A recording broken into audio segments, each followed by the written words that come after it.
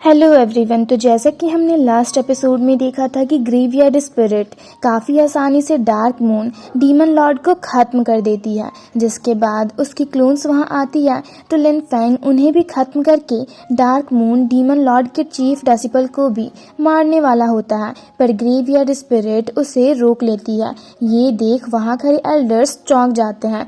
अब आगे हम देखते हैं कि ग्रेवयार्ड स्पिरिट लिन फेंग से कहती है कि इसे मारो मत ताकि तुम्हें डीमंस के आगे का प्लान पता चल सके, जिसे सुनकर लिन फेंग कहता है ठीक है और आगे जाने लगता है। तो वो चीफ डेसिपल चौंक कर उससे पूछती है अब तुम क्या करने वाले हो। तो लिन फेंग उससे कहता है अगर तुम जिंदा रहना चाहती हो तो बताओ तुम डीमंस का आगे का प्लान क्या है, जिसे सुनकर वो डीमन कहती है कि मेरा नाम लुओ यिंग है, और फिर वो अपना प्लान उसे बताने लगती है कि अब इसके आगे हमारी डीमंस आर्मी स्वॉर्ड सी में इकट्ठा होगी और उसके बाद वो लोग जिंगजॉग के वुशियन सिटी के बेही जगह पर जाने के लिए निकलेगी, जिसे सुनकर लिन फेंग उससे पूछता है तो बताओ वहाँ पर कितने स्ट्रॉन्ग लेवल के कल्टीवेटर्स मौजूद होंगे, जिस पर लुओ यिंग उससे कहती है कि सबसे पहले तो हमारे वीक डीमन कल्टीवेटर्स मैटर को सॉल्व करने की कोशिश करेंगे और उसके बाद वो लोग हायर स्ट्रॉन्ग लेवल के डीमन कल्टीवेटर्स का वेट करेंगे ताकि वो सिटी के अंदर जा सके।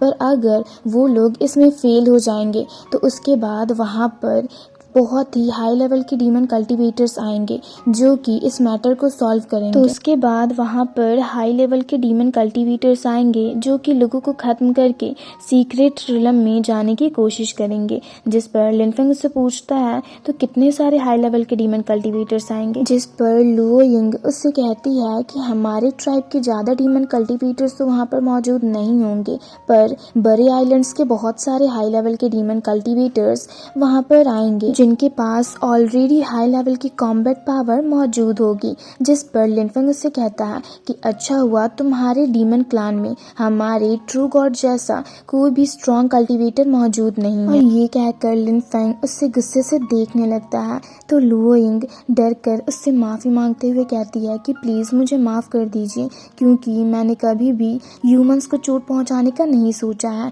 जिसे सुनकर लिन फेंग कहता है फिलहाल के लिए तो मैं तुम्हारी जान बख्श रहा हूँ, पर फिर भी तुम्हें अभी के लिए मेरे मैजिकल फर्नेस के अंदर जाना होगा। और ये कहकर वो अपने मैजिकल फर्नेस को बाहर निकालता है और उसके अंदर लुओ यिंग को कैद कर देता है और अपने मैजिकल फर्नेस को अपने पास रख लेता है। जिसके बाद वहाँ खड़े एल्डर्स उसके पास जाते हैं तो वो उन्हें देख ग्रीट करता है, जहाँ पैलेस मास्टर उससे पूछते हैं कि क्या तुम्हारे कॉन्टिनेंट के गॉड ट्रू गॉड है, जिस पर लिन फेंग कहता हाँ। ये सुनकर वहीं खड़े एक दूसरे एल्डर कहते हैं ये तो बहुत ही अच्छी बात है, तब तो हमारे पास अब भी उन डीमन से फाइट करने की उम्मीद है। जिसे सुनकर लिन फेंग अपने मैजिकल फर्नेस को देखने लगता है। फिर नेक्स्ट सीन में हमें तियानवु किंग कैपिटल के मीटिंग हॉल का सीन दिखाया जाता है, जहाँ पर हम पैलेस मास्टर के साथ साथ कुछ एल्डर्स और लिन फेंग को भी बैठे हुए देखते हैं, जहाँ पैलेस मास्टर सबसे कहते हैं कि आज हमने उन एंशिएंट डीमन को बस लिन फेंग के बदौलत ही हराया है, इसलिए मैं लिन फेंग को टोस्ट करता हूँ। और ये कहते हुए लिन फेंग को वाइन टोस्ट करते हैं, जिसे सुनकर लिन फेंग वाइन पीते हुए पैलेस मास्टर से पूछता है क्या यहाँ पर भी तियानवु किंग कैपिटल के ट्रू गॉड्स मौजूद है, जिस पर पैलेस मास्टर से काफी मायूस होकर कहते हैं कि हमारे तियानवु किंग कैपिटल के true God dark moon demon Lord के सील के पीछे कैद है और साथ ही वॉर के दौरान हमारा मैजिक वेपन भी डैमेज हो गया है, जिसके जरिए हम अपने ट्रू गॉड्स को रिवाइव कर सकते थे। इसलिए अब हम उस मैजिक वेपन का यूज करके अपने ट्रू गॉड के कल्टीवेटर्स को रिवाइव नहीं कर सकते।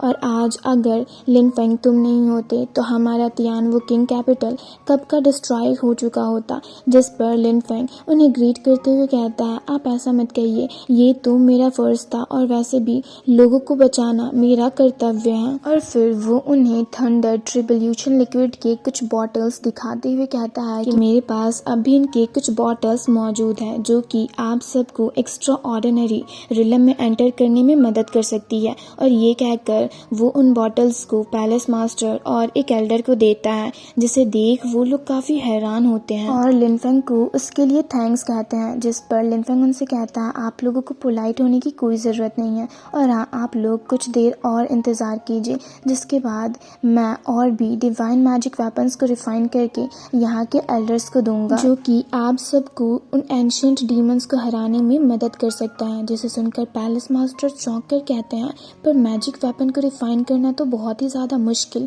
और रेयर काम है। जिस पर लिनफेंग उनसे कहता है हाई लेवल का मैजिक वेपन उतना अच्छा नहीं होता है, पर वर्चुअल मैजिक वेपन बहुत अच्छा होता है जो आप लोगों के काफ़ी काम आ सकती है। जिसे सुनकर के पैलेस मास्टर काफ़ी खुश होकर कहते हैं तुम तो सच में गॉड के बंदे हो। तभी लिनफेंग उनसे पूछता है वैसे यहाँ आकर मैंने शाओ यू को नहीं देखा, वो कहाँ पर है? जिस पर पैलेस मास्टर उसे बताते हैं कि वो लिन फैमिली को प्रोटेक्ट करने के लिए गया है। जिसे सुनकर लिनफेंग कहता है लगता है मुझे भी वहाँ जाकर एक बार चेक करना होगा कि आखिर मेरी लिन फैमिली कैसी है। जिसके बाद नेक्स्ट सीन में हमें लिन फैमिली का ही सीन दिखाया जाता है, जहाँ हम देखते हैं कि शाओ यू लिन फैमिली के चारों तरफ एक प्रोटेक्टिव शील्ड लगाकर उन्हें स्पिरिचुअल रिलम के बंदों से प्रोटेक्ट कर रहा होता है। जहाँ पर स्पिरिचुअल रिलम का एक बंदा नी तियानबा उससे काफ़ी एरोगेंटली कहता है अब टोंग तियान रिलम के 4th लेवल वाला कल्टीवेटर भी मुझसे फाइट करने की हिम्मत कर रहा है। लगता है तुम लोगों ने मुझे कुछ ज़्यादा ही वीक समझ लिया है। जिसे सुनकर शाओ यू भी उससे काफ़ी एरोगेंटली कहता है कि तुम मेरे होते हुए तुम लिन फैमिली के अंदर कदम तक नहीं रख सकते, तो उन्हें चोट पहुंचाना तो बहुत ही दूर की बात है।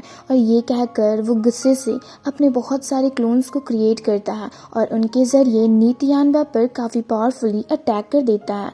ये देख नी तियानबा भी अपनी पावर्स को शो करते हुए काफ़ी आसानी से शाओ यू के सारे क्लोन्स को खत्म करके शाओ यू को एक पावरफुल पंच मारता है, जिससे शाओ यू घायल होकर पीछे की ओर चला जाता है और फिर खड़ा होकर फिर से अपने मैजिकल स्वॉर्ड को समन करके नी तियानबा पर काफ़ी पावरफुली अटैक कर देता है।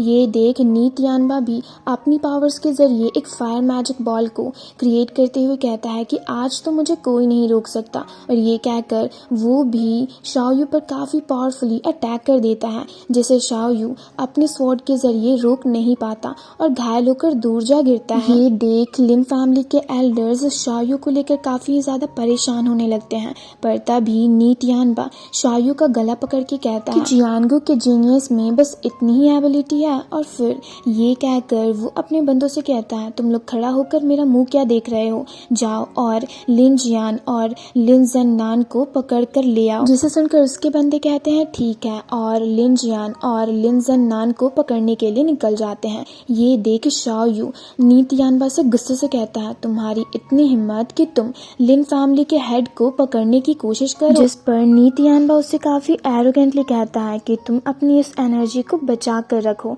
जब तक मैं लिन शाओतियान के विरासत में छुरे हुए मैजिकल वेपन्स को हासिल ना कर लूं, और उसके बाद मैं देखूंगा कि तुम्हारे में कितनी एबिलिटी है और तुम मुझसे कैसे फाइट करते हो। जिस पर शाओ यू उससे काफ़ी गुस्से से कहता है कि तुम बस लिनफेंग के आने का इंतज़ार करो, उसके बाद तो वो तुम्हें छोड़ेगा नहीं। जिस पर नी तियानबा उससे फिर से काफ़ी एरोगेंटली कहता है कि उसने बहुत सारे एंशिएंट डीमन ट्राइब्स से पंगा लिया है, साथ ही उसका अभी तक कोई अता पता भी नहीं है, जिससे मुझे लगता है वो तो कब का मारा गया होगा। जिसे सुनकर शाओ यू गुस्से से कहता है नहीं, ये नहीं हो सकता, ये इम्पॉसिबल है, लिनफेंग यहाँ पर ज़रूर आएगा। ये सुनकर नी तियानबा उसे छोड़ देता है और उस पर अपनी पावर्स के जरिए प्रेशर बनाने लगता है। वहीं दूसरी तरफ उसके बंदे लिन फैमिली के एल्डर्स पर काफ़ी पावरफुली अटैक कर देते हैं। ये देख दूसरी तरफ से मिंग लिन फैमिली के एल्डर्स को प्रोटेक्ट करने के लिए अपनी पावर्स के जरिए एक मैजिकल फायर फिनिक्स को समन करके नी तियानबा के बंदों के अटैक को रोकने की कोशिश करता है, पर उससे वो खुद ही घायल होकर पीछे की ओर चला जाता है। वहीं उनके अटैक से एक स्ट्रॉन्ग एनर्जी भी रिलीज होती है, जिसे देख लिन फैमिली के एल्डर्स चौंक कर कहते हैं कि पावर्स कितनी ज़्यादा खतरनाक है, क्या ये लोग एक्स्ट्रा ऑर्डिनरी रिलम के एक पावरफुल कल्टीवेटर्स हैं। तभी हम देखते हैं कि लिन फैमिली के ग्रैंड एल्डर बहुत ही ज़्यादा घायल होते हैं और ब्लड वोमिटिंग करने लगते हैं। तब तभी वहाँ पर लिन फेंग आता है और नी तियानबा और उसके बंदों से गुस्से से कहता है, तुम लोगों की इतनी हिम्मत कि तुम लोगों ने मेरे लिन फैमिली के एल्डर्स को चोट पहुंचाने की कोशिश की। क्या तुम्हें ये लगता है कि लिन फैमिली में कोई भी नहीं है जो तुम्हारा सामना कर सके? वहीं ग्रैंड एल्डर लिन फेंग को देख काफी ज्यादा खुश होते हैं। वहीं दूसरी तरफ नी तियानबा के बंदे लिन फेंग को देख चौंक कर कहते हैं कि ये लिन फेंग है, लिन शाओतियान का बेटा। वहीं मिंग भी लिन फेंग को देख काफी खुश होकर कहता है, ब्रदर लिन बिल्कुल सही टाइम पर आया है, अब मैं भी देखता हूँ तुम लोग बचकर यहाँ से कैसे भागते हो। जिसे सुनकर नी तियानबा के बंदे लिन फेंग पर काफी पावरफुली अटैक कर देते हैं, जिससे बचकर लिन फेंग भी उन पर अपने ताई यिन स्किल के जरिए काफी पावरफुल स्लैश अटैक करके उन्हें फ्रीज कर देता है और उसके बाद उन पर अपने स्वॉर्ड से अटैक करके उन्हें खत्म भी कर देता है, जिससे वो सब दूर जा गिरते हैं। वहीं ये देख लिन फैमिली के एल्डर्स काफी खुश होते हैं और लिन फेंग के लिए चीयर करने लगते हैं। दूसरी तरफ से शाओ यू भी लिन फेंग को देख चौंक कर कहता है कि इसने इतनी यंग एज में एक्स्ट्रा ऑर्डिनरी रिलम के कल्टीवेटर्स को इतनी आसानी से खत्म कर दिया। लगता है इसकी फ्यूचर अचीवमेंट्स लिन शाओतियान से भी काफी ज्यादा आगे होने वाली हैं। उसकी बातें सुनकर नी तियानबा गुस्से से लिन फेंग को देखने लगता है। तभी लिन फेंग ग्रैंड एल्डर के पास जाकर कहता है, मुझे माफ कीजिएगा, मैंने आने में थोड़ी देर कर दी। ग्रैंड एल्डर काफी खुश होकर उसे गले लगाकर कहते हैं, बिल्कुल भी नहीं, तुम बिल्कुल सही टाइम पर आए हो। और ये कहकर वो उससे नी तियानबा के बारे में बताते हुए कहते हैं कि वो तोंगतियान रिलम के 9th लेवल का कल्टीवेटर है, जिसे अंडर एस्टिमेट बिल्कुल भी नहीं किया जा सकता। पर तभी वहाँ पर शाओतियान अपीयर होता है और लिन फेंग की तारीफ करते हुए कहता है, तो क्या हुआ, उनसे डरने वाली कौन सी बात है? क्योंकि अगर यहाँ पर वर्चुअल गॉड्स भी आ जाए तो भी मेरे मास्टर उन्हें चुटकियों में खत्म कर सकते हैं। जिसे सुनकर लिन फेंग उससे शांत रहने को कहता है और एल्डर्स को एक मेडिसिन देते हुए कहता है कि आप सबसे पहले खुद को हील कीजिए और इन लोगों को मुझ पर छोड़ दीजिए। और फिर आगे जाते हुए वो नी तियानबा और उनके बंदों को देख गुस्से से मिंग से पूछता है कि ये लोग कौन है और यहाँ पर आकर मुसीबत क्यों खड़ी कर रहे हैं। जिस पर मिंग नी तियानबा के बारे में बताते हुए लिन फेंग से कहता है कि ये स्पिरिचुअल रिलम का बंदा नी तियानबा है, जो कि यहाँ पर अंकल लिन के छोड़े हुए मैजिकल वेपन को लेने के लिए आया है और साथ ही इसके पास सुपरनैचुरल पावर्स भी है। वहीं दूसरी तरफ से लिन फेंग को देख नी तियानबा उससे काफी एरोगेंटली कहता है कि अब जब हम दोनों यहाँ पर आ ही गए हैं तो चलो अपनी आखिरी सांस तक लड़ते हैं। और उसके ऐसा कहते ही ये एपिसोड यहीं पर खत्म होता है। तो अगर आप लोगों को ये वीडियो अच्छी लगी तो वीडियो को लाइक और चैनल को सब्सक्राइब कर दें।